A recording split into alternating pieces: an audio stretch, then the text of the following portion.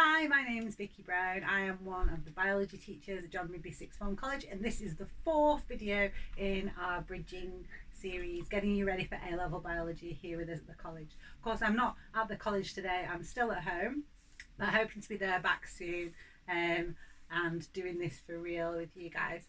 So, today's video is about the heart and circulatory system. The reason for that is there's lots of body systems that are worth recapping prior to starting your A-level biology studies. The heart is a big one that we do in year one, and the circulatory system. The nervous system is one that we wait until year two to study. So I'll give you a heads up on the other body systems you can have a closer look at in your preparation for your time with us at John Rigby studying A-level biology at the end of this video. But for now, let's review the heart and circulatory system. Okay, so during the video I'm going to be using the PowerPoint that you can also get access to within the bridging materials. Okay, so this is PowerPoint 4, even PowerPoint 4, the heart and circulatory system topic. So you can use that independently to review if you want, or you can use it with me here in the video. As you can see, I am stuck at home, so in terms of the high technology, you are just looking at my computer screen while I'm videoing through my phone. So I'm hoping that the quality of the video is okay. Right, so your tasks will be set by me. I would like you to have a go at them alongside on some paper, and if you then pause the video while you're having a go, you can then check your answers against what I show you and talk through in the video that follows. So your starter then for this topic is on the screen at the moment. So I'd like you to copy this diagram. Okay, it's incomplete at the moment, so I'd want you to then complete it by showing the connections between the heart and the lungs and the heart and the body by drawing blood vessel representations. Then you'll be showing a double circulatory system. Once you've done that, label the major vessels and answer these two questions. Why do we need a circulatory system? So why do humans need a circulatory system? And thinking about mammals, all mammals have a double circulatory system. That means that the circulation to and from the lungs is separate from the circulation to and from the body. So why? Why is that so important to mammals? Okay, so write all your answers on your paper in front of you. Pause the video while you do all of this and then rejoin me for the answers. Okay, so rejoining now to go through the answers, starting with the diagram. Okay, so there's your diagram without any connections on. The first thing I would have drawn is the vessel between the right ventricle that carries the blood from the right side of the heart to the lungs. I would have labelled that up as the pulmonary artery. And the next thing I drew was the vessel connecting the lungs back to the left side of the heart at the left atria. And I would have labelled that up the pulmonary vein or veins.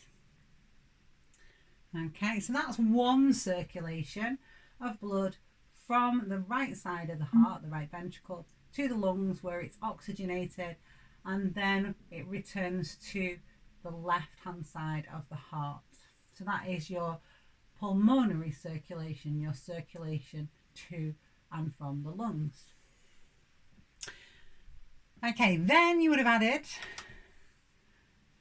the circulation to the body. So from the left ventricle out of the heart to the body, and that should be labelled as the aorta.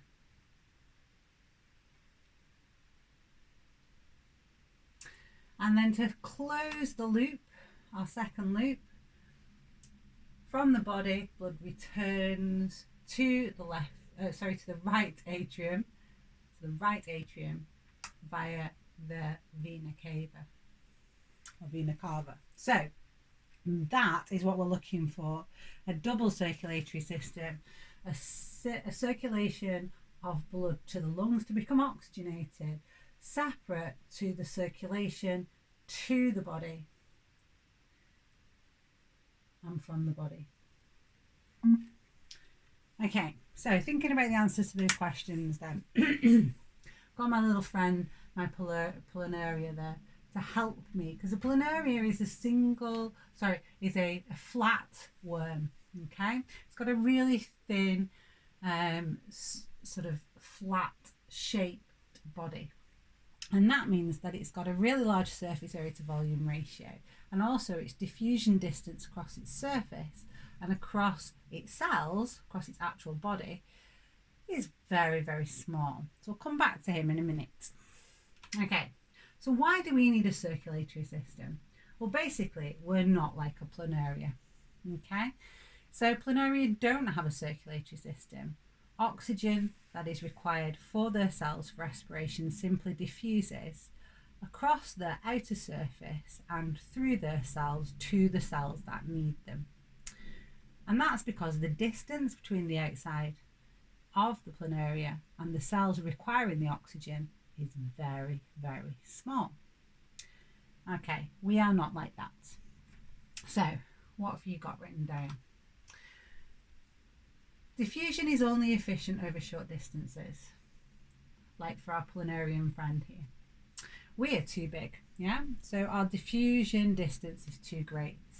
So we need a way of transporting en masse, a mass transport system, to move substances from one exchange site to the other. I'll just move him along because he's covering up some of my words.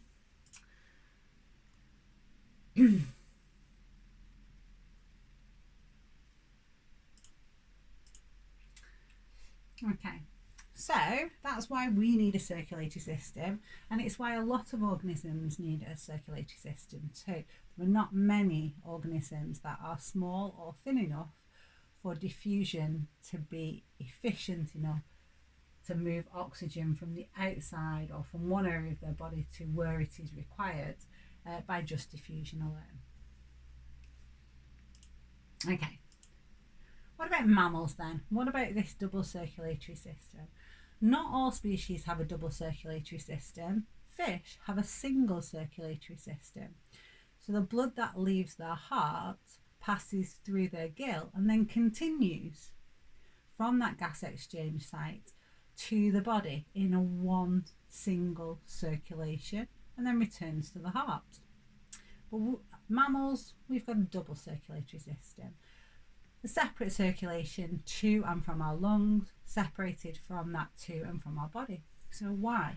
Well, there's a clue there with our blue whale. Okay, so have you got that idea that by having that separate circulation to the body, the pressure can be higher in that circulation? So that means the blood flow is more rapid. This maintains steeper concentration gradients at the exchange site surfaces and results in faster diffusion rates.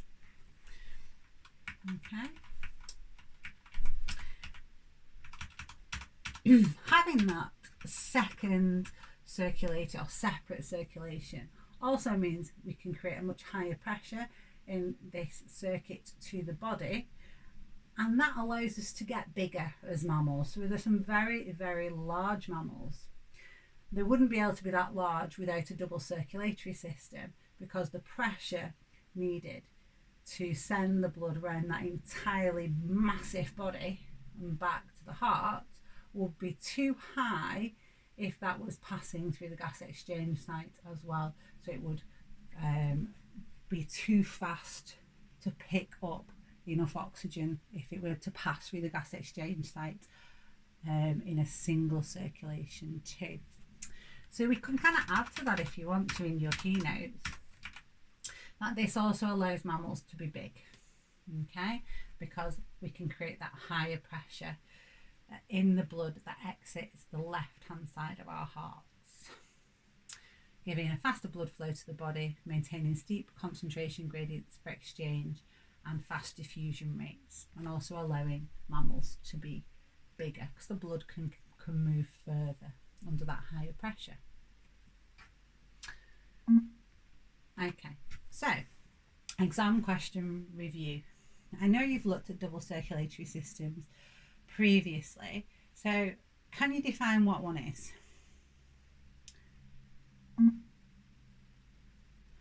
Okay, I'm going to go through the answer. You can pause if you're not quite ready. Okay, so this is where blood is pumped to the lungs by one, or by, in this case, our right hand side of the heart, and blood is pumped to the body by the other. So it's this idea that we've got two separate circulations.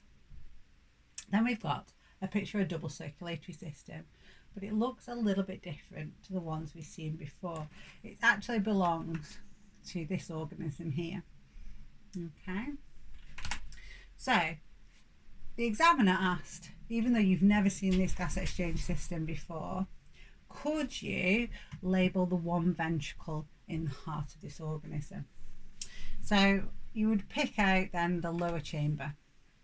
Okay, that makes this double circulatory system a bit strange, because as the blood is returning from the body to the right hand side of the heart, it moves into the right ventricle. It's actually mixing there with blood that is returning from the lungs. This isn't very efficient, which is what the next question is about. Explain why having one ventricle makes the circulatory system less efficient than having two ventricles. Okay. Now, this is not something you would have been taught at GCSE, although this is a GCSE exam question. Just like at A level, when we're teaching you science, we're preparing you for application of knowledge. So if you know that this is very efficient by having two ventricles because you've been taught that, then the examiner can expect you to apply that knowledge to the unfamiliar, as in an organism you've never seen before. So would you like to have a go at answering this question for me? Explain why having one ventricle makes the circulatory system less efficient than having two. Okay, I'm going to go through the answer if you want to pause if you're not quite ready. Okay, it's because the oxygenated and deoxygenated blood mixes in that ventricle, and that will mean there's less oxygen reaching the body. Okay, challenge is on. So how is your heart structure and knowledge? Okay, can you label A to L? Okay, so pause the video and have a go at labelling. Okay, if you've labelled, brilliant. If not, pause now because I'm going to go through the answers. Okay, so A was the vena cava, but this is in this diagram from the upper body. Okay, so this is from the head, returning blood from the upper body. So this makes this chamber here, sorry, these vessels here behind B, they connect up. Sometimes students don't quite get these. They connect up to the left atrium over here. So this is actually the pulmonary vein coming from the right lung, or pulmonary veins from the right lung coming behind the heart and joining into this chamber here. Okay, next one down, of course, is the top chamber on the right hand side, your right atrium. Then we've got the bottom chamber on the right hand side, your right ventricle. And if you didn't quite see it, this is also part of the vena cava. So this is the vena cava from the lower body. You may have called this the superior vena cava and the inferior vena cava. Okay, going over to our labels on the other side. So again, you do have to think about what you're seeing. So this vessel here, which has this lovely arch, is coming out of the left ventricle. So what does that make that? The aorta, of course. This vessel is coming out of the right ventricle and splits into two because it's going one branch to the left and one branch to the right. So that is the pulmonary artery, or arteries as it splits. taking the blood from the right side of the heart to the lungs to be oxygenated. And then of course it comes back to the lungs via the pulmonary veins on the right hand side, and then here a bit clearer you can see the pulmonary veins on the left hand side. So that's returning blood to the left atrium. Okay, now we've got the two names of your valves. Now in your GCSEs you might not need to know the names of these valves. Okay, so at the moment you may just call them heart valves. This one here between the atria and the ventricle is called the atrioventricular valve, and there's two different types. PE students will probably learn them as bicuspid and tricuspid valves. This valve here and that valve there are just valves that are found at the bases of the arteries. They're a nice tricky little valves because, as we know, arteries generally do not have valves, but these two, the aorta and the pulmonary artery, are an exception because they do have a valve just at their start as the heart meets those vessels, and that's to prevent backflow of blood from those arteries back into the heart. Okay, so you can call them like valve at the base of the artery. It's actually because of its shape these two are named semi-lunar valves. And finally at the bottom we've got our left ventricle. Okay, brill. So how did you get on with your labels? If you're feeling like you want to recap a little bit more, I've put a little link to heart structure and function in the PowerPoint for you, and you can link to that and have a little watch through. Okay, so now can we use our labels? Can we use our labels and our understanding of the double circulatory system to explain the routes taken by oxygenated blood from the lungs to the body cells? Okay, so pause and have them on paper for me, and then when you're ready, replay. Okay, so I'm going to go through the answer now. So if you haven't done it, make sure you've got it on pause. Okay, first mark point. Blood travels from the lung to the heart via the pulmonary vein. Second mark point. It enters the left atrium. Third mark point. Blood enters the left ventricle. Okay, and then from there it leaves the heart via the aorta. So 4 mark points.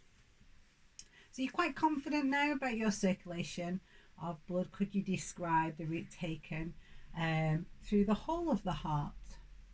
So blood returning from the vena cava to when it exits at the aorta. Could you describe that? Okay, so some other review questions. Okay, so some of these are a bit trickier. Okay, you'll get used to seeing heart diagrams like this in exams because it's a box diagram of a heart. So just orientate yourself with the chambers first of all. So if you always look to your chambers, it's easy as your right atrium, left atrium, right ventricle, left ventricle. Okay, so have a go at this if you pause here and then have a go at naming the vessels. Have a think about which vessel contains the oxygenated blood or vessels, and the pressure in vessel C is higher than the pressure of blood in vessel B. Can you explain why? And then the extension is, what does the diagram suggest about the pressure in the atria compared to the pressure in the ventricles at this stage in the cardiac cycle, so this stage in the heart beating? Explain your answer. Okay, so unpause there. Okay, so going through the answers. So A was the vena cava, B the pulmonary artery, C the aorta, and D the pulmonary vein. For oxygenated blood, obviously D is going to be oxygenated. This is the blood returning from the lungs in the pulmonary vein. As it passes then through the heart, it's still oxygenated when it exits the aorta to go to the body. Now, comparing the pressure in B and C. So C is always going to have a higher pressure, and that's because the left side of the heart, the left ventricle wall, is much thicker, more muscular. And when it contracts with a greater force than the right ventricle, and that creates a greater pressure. We said this was important because this circulation was all the way to the body and had to come all the way back around to the heart, whereas the circulation to the lungs is only going a short distance and back to the heart. Okay. For the extension, we know that the pressure is higher in the atria, and we'll do a lot more questions like this at A level, where you're looking at evidence in a graph or a table or a picture and saying what stage in one heart beat is the heart currently in. Okay, because we'll look at the stages of a heartbeat in a lot more detail. But if you've worked this out at this stage, this is a brilliant start. So we know that the pressure is higher in the atria, and the reason for that is the valves are open. So these AV valves are open, and that shows that blood is moving from the atria to the ventricles, where the pressure is higher to where the pressure is lower.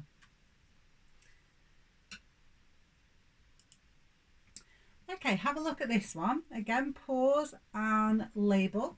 And then again, why is the left ventricle thicker than the left atria this time? Okay, so if you've got your answer, brilliant. If you've not, you must pause it before I go through. Okay, so answers. For our X, that's our right atrium. For our Y, exiting from the left ventricle, this is our aorta. And for Z, exiting from the right ventricle, this is the pulmonary artery.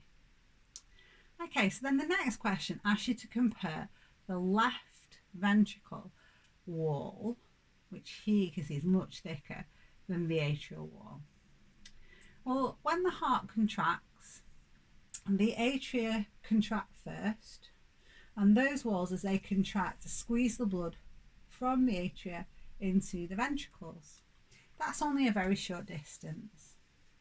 When the left ventricle contracts, it needs to contract with enough force to force the blood out of the heart through the aorta and all the way around the body. Okay, so we want to relate this to pressure. Okay, so the left ventricle needs a high pressure to contract more forcibly to force the blood all the way around the body, whereas the left atrium needs only to produce a lower pressure, as it only has to contract to pass the blood down to the left ventricle, or to the left ventricle. Okay, and one more. Now this one is a nice cheeky one. Okay, and this is from a GCSE script. So once you know the function of an organ, one of the things the examiner can do is to use a disease state to test whether you really understand how that organ works. So now we've reviewed the function of the valves. Okay, we said that the AV valves found between the atria and the ventricles, they were to stop the blood from moving back into the atria when the ventricles contract. So imagine for a normal heart, the ventricle contracts and the blood pressure increases in that ventricle. The blood is going to move out of the ventricle. There's two ways it could go. One, out via the arteries. Two, back into the atria. But that AV valve, its job is to close to prevent the blood moving from the ventricle to the atria. So let's have a look then at this question. So sometimes a valve in the heart can start to leak. Explain why a person with a leaky heart valve has difficulty exercising. Okay, so have a little think about that. Okay, so once you've had a go, we're going to review. Okay, so pause if you don't want to see the answer yet. Okay, so this fault in this valve, if you imagine now the ventricles contracting, the blood would be forced out of the arteries normally. But if the valve is not functioning properly, the AV valve, when that happens, in a normal person, the AV valve would shut fully and prevent backflow of blood from the ventricle to the atria. With this fault, that's not happening. So you've got to be able to link this to difficulty exercising. Okay, so this is what a good answer would look like. The leaking heart valve would mean there is some backflow of blood from the ventricle to the atria when the ventricle contracts. This means that there is less blood leaving the heart with each beat. Now, you have to link it here to exercise and why a person might not be able to exercise. So, when the person exercises, their muscles require more oxygen for respiration. But this person is unable to pump enough blood to the body to meet this increased demand. With too little oxygen supplied to their muscles, their cells are forced to respire anaerobically. Okay, so remember there's two different kinds of respiration: aerobic respiration and anaerobic respiration. And with anaerobic respiration, there was that lactic acid product, and lactic acid causes muscle fatigue when it builds up. So a person who's having to work anaerobically because they can't transport enough oxygen to their muscle cells will not be able to exercise for very long. Okay, right, so that's examples of lots of different ways you can be assessed on the structure of the heart. What about the blood vessels? Okay, so there are 3 different types of blood vessel. Can you identify which of the 3 these are and do a quick sketch of them? Okay, so you can pause while you do that. Okay, so you've hopefully now got a diagram of all 3 different types of blood vessels, and you've noted the differences in the size of the wall. So this blood vessel's got a thicker wall than this one. This one's got a much bigger lumen in the centre, and this is the smallest vessel with only a 1 cell thick wall. Okay, so I hope you've identified them. This is our artery, this is our vein, and this is our capillary. Now we want you to label up the layers if you can remember them. Okay, so the artery and the vein both have an outer coat which contains connective tissue, including collagen fibres. Then we have an inner layer. Now the inner layer is made up of muscle and elastic tissue. And finally, all 3 vessels contain the same type of tissue. The very inner layer is called endothelium tissue, and the capillary is just that kind of tissue, so it's a 1 cell thick layer of endothelium. Okay, so with that recap of our blood vessels, and they all have a lumen, which is the hole down the centre. With that recap of our blood vessels, we do need to add one other feature. Can you remember which of the vessels have valves? Now straight away, I know you're all saying veins. You can see a vein on the screen, and you're right. All veins have valves to prevent backflow of blood, because the type of blood that they carry is very low in pressure, and so to prevent it flowing backwards, there are lots of valves. You can't see it in this cut through version, so in a longitudinal section like this, you can see that you've got lots of valves that allow one-way flow, and if the blood tries to move back, it stops it. Okay, and in this diagram you can see how those veins are closely associated with skeletal muscles, so when the muscles contract, they actually help to squeeze the blood back up the veins, back to the heart. Now, I said you're all jumping to veins, but I said what kind of vessels have valves? Well, if I take you back to our heart diagrams,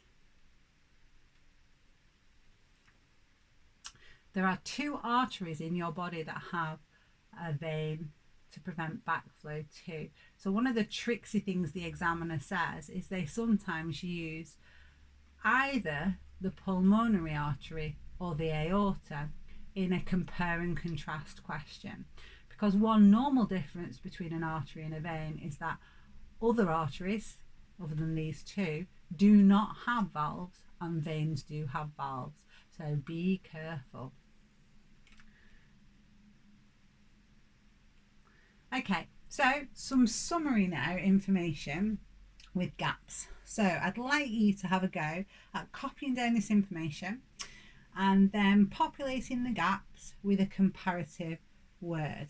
Okay, so if you pause there. Okay, so when you're ready to review, so making a comparison. So this is just comparison work. So arteries have got thick muscular and elastic tissue layers.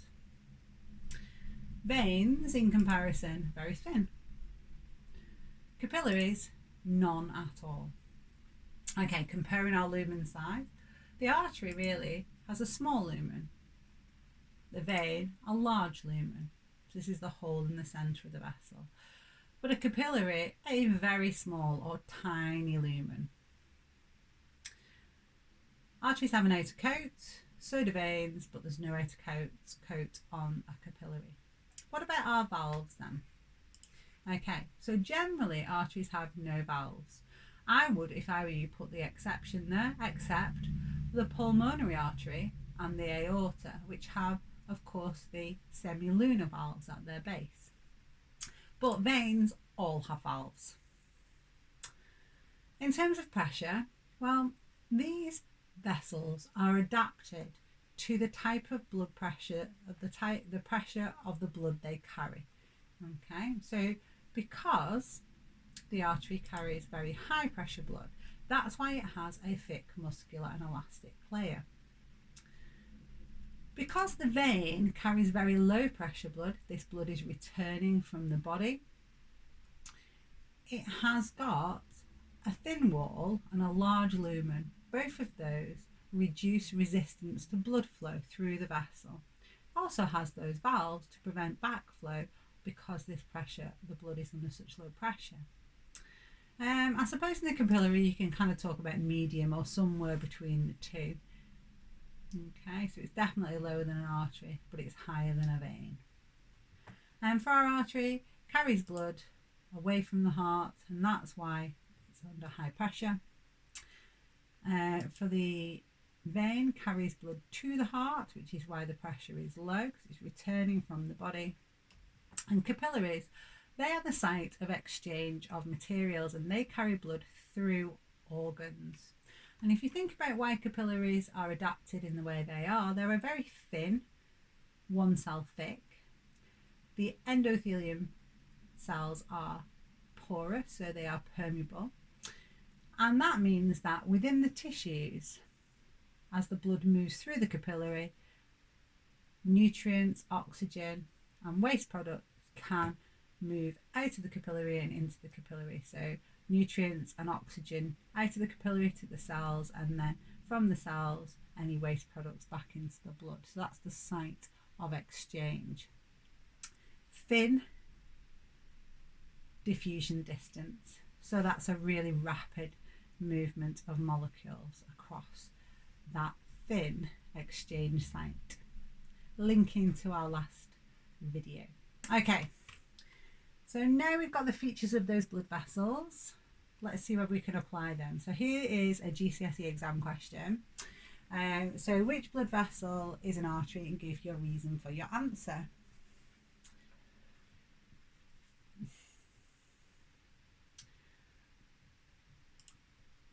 Okay, so I'm just looking at my answer and going, D? There isn't a D. That can't be right. So what answer are you giving me? I believe I meant to type B in there. Okay, yeah, so this one here, we've got a smaller lumen, we've got a thicker wall, and we've got more elastic tissue and muscular tissue. So thick walls containing lots of elastic and muscle tissue, or even would be able to say a big vessel with a small lumen as well, but that's your best evidence. This is a capillary, of course, 1 cell thick, and a tiny vessel, so this is the magnification scale at the bottom, and our lumen of the vein, very, very big with a very thin wall. Okay, so now this is going to take it a little bit trickier. Okay, so it says relate the structure of the aorta to its function. So sometimes the examiner does this as well. So rather than just going straight for relate the structure of an artery to its function, they pick a vessel that you would have to know is an artery. So aorta is a good one because in its name it doesn't say whether it's a vein or an artery. So you could do the same for structure to function of a vein with a vena cava. Okay, so pause here and have a go. What kind of features of the aorta, thinking it is an artery, make it good at its function of carrying high pressure blood? Okay, so let's have a look at the answer. So the one I think you'll have there is the idea it's got a thick wall, a thick muscular wall, and so can withstand high pressure. It's really important in these ones when you have to relate structure to function that where you give a structural feature, you then go on to say why this is related to the function. The elastic tissue you may not know about. Okay, so the reason that arteries have high levels of elastic tissue are to allow them to stretch under high pressure of blood.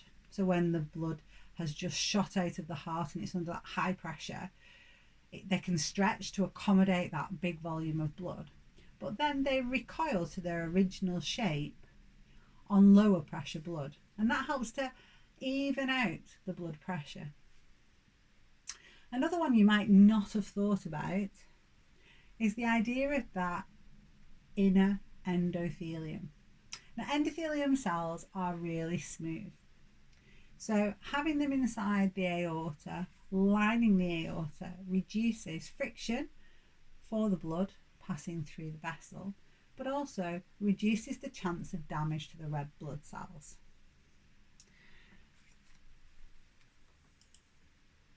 Okay, and finally, when you're doing your GCSEs, you were introduced to the idea of a pacemaker. Okay, so in your GCSEs, you'll have talked in class about the heart having its own natural heart rate. So yours is, everybody's is about 70 beats per minute. That would be the rate your heart beats if it was not affected by your nervous system. Okay, and that's because it has its own natural pacemaker, which is some specialised nervous tissue found in the right atrium called the SA node, the sinoatrial node. And we'll learn about this in more detail in your A-level studies. Okay, so far all you know is that it exists and it's there. Now that generates the cardiac impulse, which is the impulse that causes the atria to contract first, and then that impulse is stopped from spreading to the ventricles and then spread down to the bottom of the ventricles, redirected up the heart, causing the ventricles to contract from the bottom of the heart upwards, forcing the blood up and out of the arteries. Now, we will look at that process in loads of detail in your A-level studies. Okay, all you know so far is if you have got a problem with the electrical activity of your heart, you can have it corrected by having an artificial pacemaker fitted to your heart. So in your A-level studies, we will find out a little bit more about the natural pacemaker and also how you change that base 70 beats to increase your heart rate when you exercise or when you reduce your heart rate at rest, because most of your guys' resting heart rates will not be 70 beats per minute, be much lower. Okay, so that's been a quick recap then of the heart and circulatory system that you studied in your GCSEs. Now, it's one of the many systems that you will meet again in your A-level studies, okay? And you will be starting with this kind of base knowledge, and then we will expand that knowledge and we will go into greater detail So at the moment, you've got really good knowledge from your GCSEs of the growth structure of the blood vessels and the comparative structures of the blood vessels. We will recap all of that when we study this at A level, but we will look at it in more detail. We'll think more about the valves, and we'll think more about the pressure changes within the chambers of the heart, and we'll look at more data sets. We'll also look at control of that cardiac cycle, so that natural pacemaker, that SA node. And in year 2, we'll look at how your nervous system modulates your heart rate.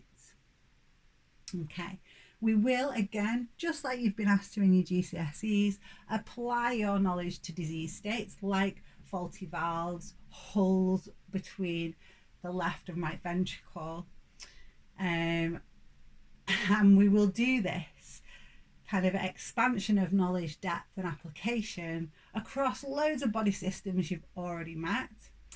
Just 3 others in year 1, your immune system. So we'll be looking at that again in much more detail. The digestive system and the respiratory system.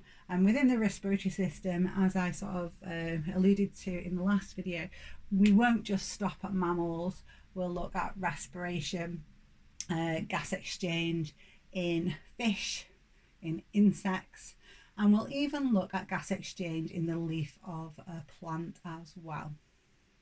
Okay, so I've popped my email at the end of this PowerPoint as well for you if you need any further help or resources.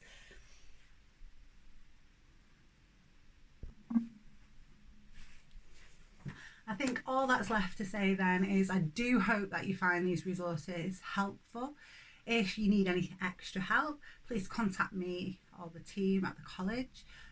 We'll do everything we can to help make this transition a really good one and help you get ready for your A-level biology studies. I hope you're as excited now as I am to be teaching you about learning all these wonderful topics. Okay, so stay safe, and I hope it won't be very long until I get to meet you in person. All right, so see you for now.